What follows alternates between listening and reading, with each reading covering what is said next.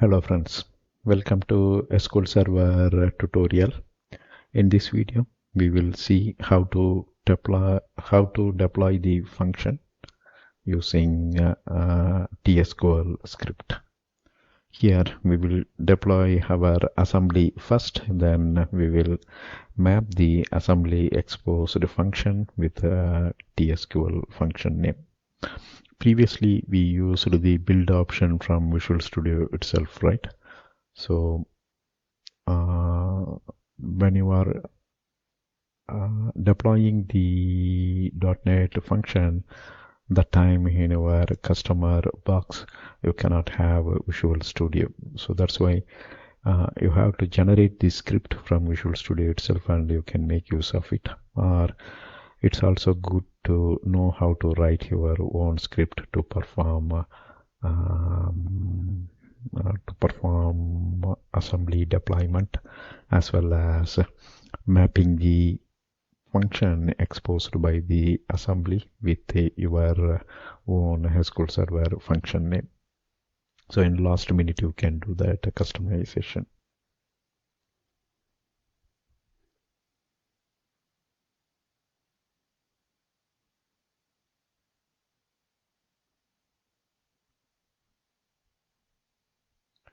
Here, if you see the statement here is use pubs, then so under what database you want to deploy the assembly. So that's why here we state what database we are using. We are using the pubs database.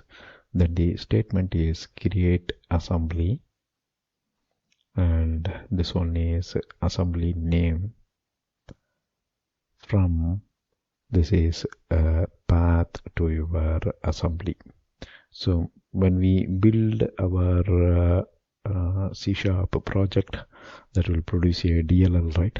You can copy that DLL to whatever location you need. Usually the build and packaging will create a staging area for the SQL Server script file. You can either keep the same script location, or you can deliver the DLL to the bin folder, and from there you can refer the DLL. Here we are simply taking D drive temp and referring the DLL. So once assembly is created, and if you see, this is the project structure, right? SQL CLR function, that's the class name, user defined function. This is SQL CLR function, this is the project name, and this one is the class name, user defined functions class name, that exposes two function A and B. So when we are writing the function, we gave test function as the function name in Visual Studio. Square off is another function, and here if you see,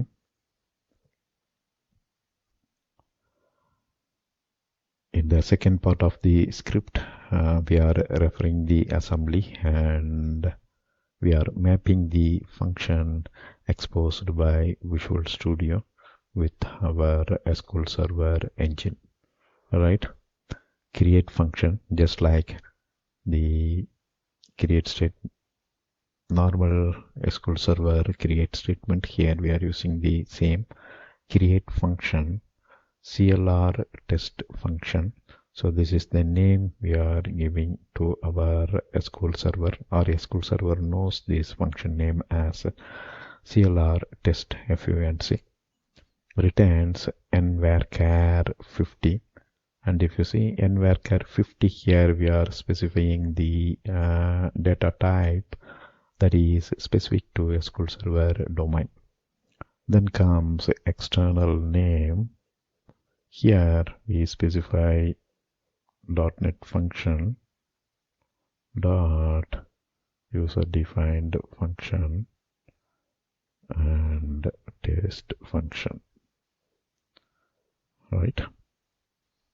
And if you see, this .NET function is coming from here. here we specified a create assembly.NET function that maps to the DLL, right? After that, inside that assembly, go for user-defined function, that is here, user-defined function, then mapping to the test function here, 3, right? The test function maps with the internal name here, CLR test function. So in SQL Server world, you can simply make a call to CLR test function, and once a call is made, it goes for the external name. In external name, it is .NET function. It goes to the assembly, and the assembly was already injected using the create assembly, and once it reaches the assembly, it goes to the class scope, and from that class scope, then it picks the exposed function. So that's how we have to create the script. Now we will go to the demo and make this kind of mapping for both of our CH exposed functions. Let's go to the demo. So we already have the assembly, right? So what we have to do, we have to delete the exposed functions first, then the assembly. So here exposed functions are square of and test function. First we have to delete, then we have to delete the assembly. So if you attempt to delete the assembly first, leaving these two as orphan, actually that will not be possible. Let's see that. So drop failed, right? And it states that drop failed SQL assembly, SQL CLR function. So the exception states that failed because SQL CLR function is referred by the object square of as well as test function. So we have to delete both.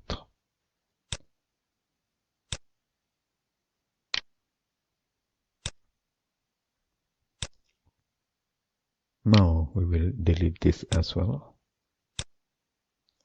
So we cleared the assembly.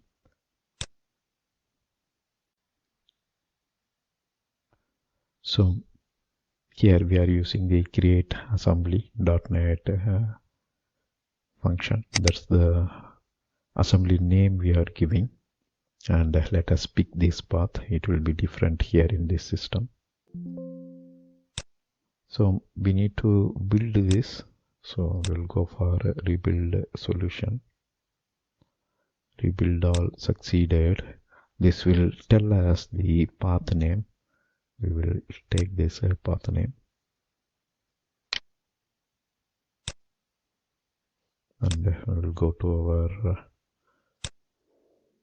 management studio, paste the path, and when I execute it, it will create the assembly. We can refresh it and see this time the assembly name is .NET function. Here if you see, the DLL name is different. Usually people will create the assembly with the same DLL name. That will be easy to identify the assembly and its location. Next, we refer the assembly and perform the mapping. Here if you see CLR test function, that is the name we are giving internally to the SQL server. We also tell what is the return data type. Then using the external name field, we refer our .NET function assembly name. Inside that there is something called user defined function, and that user defined function class exposes test function. So that's the way here we are mapping it. The same goes for SQL, the square of function also. Here if you see, we changed the name for SQL server and we named it as CLR square. That's the function name that takes input parameter. So at param small int, the mapping data type here is sqlint 16, and it returns int, and the mapping data type here is int 32, right? So the same way here we are doing the mapping.NET function, our assembly name, class name, and the function name given in ch domain. Now at present it is empty, right? Refresh. There is nothing here, and once you create this and do the refresh, you will see both function available now. So these functions are mapped from the .NET assembly which we created using Visual Studio 2017. Alright, now we will execute these two functions. So it works the same way. So all we did this time is we doesn't use Visual Studio's publish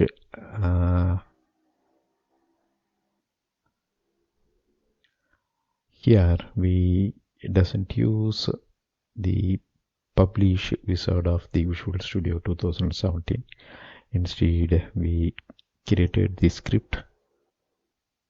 That will create the assembly and maps the function from the exposed function. We map our SQL Server function, and finally we tested it. Alright, this ends the sub-series. Thank you for watching. Bye.